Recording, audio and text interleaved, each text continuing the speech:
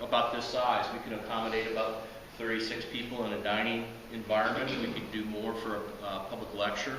We're starting to get a lot of businesses to come use our facility for training sessions. It's an ideal place for a corporate retreat, even a team building exercise that you do your team building program and then you go fly in B-17, simulate a mission. Those are some of the concepts that people are coming to us, asking us to get involved with. I mentioned you're going through the 1930s in our lobby.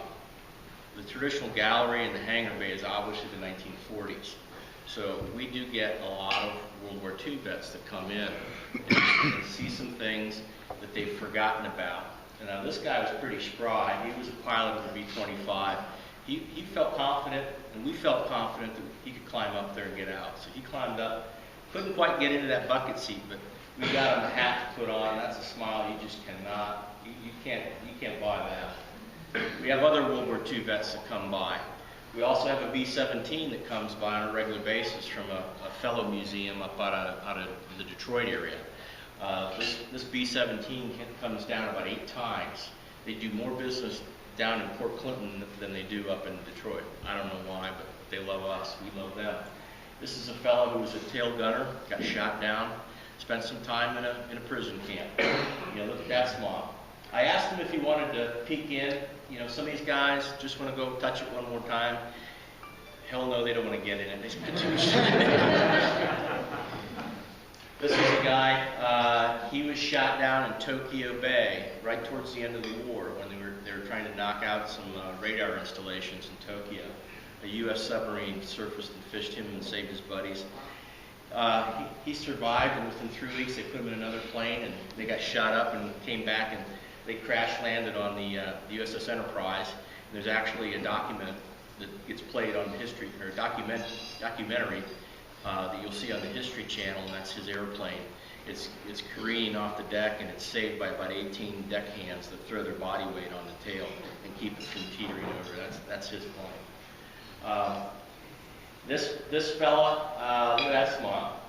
He was shot down in B-17 on a 6 mission. He got to fly 7 mission right there. They give him a little commemorative ribbon. So a lot of neat things happen to these folks when they come on by. We have other aircraft that come by and visit us on a regular basis too. A lot of classic Golden Age aircraft. But this is the other part of our museum. Right here in the shadow is a little diner, 1952 diner, stainless steel diner, called the Tin Goose Diner. And it's a really unique concept. This was in Pennsylvania, in Jim Thorpe, Pennsylvania. A restoration contractor picked it up he's out of Cleveland, but he restored it for us, and it's now part of our museum. You come through the museum to go to the diner. The concept is really kind of neat because we're located at an airport. Aviation enthusiasts can come see traffic come and go, see we're busy there.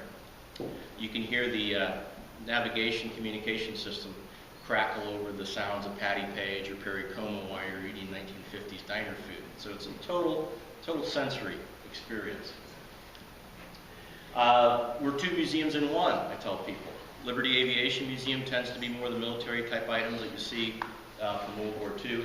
The Tri-Motor Heritage Foundation and its museum has sprouted out from that EAA chapter that's building the Tri-Motor. So they do a fantastic job of showing Henry Ford's contribution to commercial aviation. And that's all in our traditional gallery. Talking about how the Ford Tri-Motor in 1929 was crisscrossing the country in the short period of 48 hours. And as we all know, the first stop was right here in Columbus, Ohio. And that airport building is still out there by Hamilton Road, that terminal building. I mentioned Liberty Aviation Museum tends to be more the military items. So in our front lobby, you're going to see, who's this guy? Who? Jim Burnett. Who? Jim Burnett. There's a generation that doesn't know who this guy is, unfortunately. So we're trying to educate people. He is the best dressed man in the European theater, according to Andy Rooney. We have one of his Class A uniforms right in our lobby. A celebrity of that stature would have had a dozen or so uniforms. This one's manufactured by his Hollywood tailor, made of non-regulation material, but who's going to Who's going to push Clark Gable? We also have some displays of some of the items from the B-17s. We have some models, show the evolution of spotter models. Some people remember building wooden models for the war effort, and that developed into the model industry, that you can go to hobby shops and buy plastic models manufactured by companies that were doing this back for the war to teach people how to recognize airplanes. Here we've got what the best dressed bomber waist gunner was wearing in 1943. Some more of the evolution of aircraft through some of our models. That's a piece of wreckage from one of the planes that crashed at the Cleveland National Air Show. So we'll have that on display. That's in my buddy's house, George's house. So that's why you see some other things on the floor. Our hangar is filling up. I mentioned we've got some Jeeps, half tracks, an ambulance, some anti-aircraft gun. Some other aircraft are popping up too. Back to the folks that are building the tri-motor in the corner. Mondays and Thursdays, they're working their hearts out building this thing. You can't call up the Ford company and get a series of plans because of the liability issue for Ford. So these people are deconstructing original pieces, parts that they have, and they're fabricating this. Those are subcomponents for the horizontal stabilizer. And this is what it looks like on a Monday or Thursday night. There's about 15 people banging away in the assembly line. Really, a lot like Santa's elves at this time of the year, but a lot like how they did it in 1925, 1926, 1928, and so on. We even have Rosie the Riveter or two that work on this and rivet the panels in place. They're building the wing spars. Interior shot of the fuselage of this aircraft, and it will fly.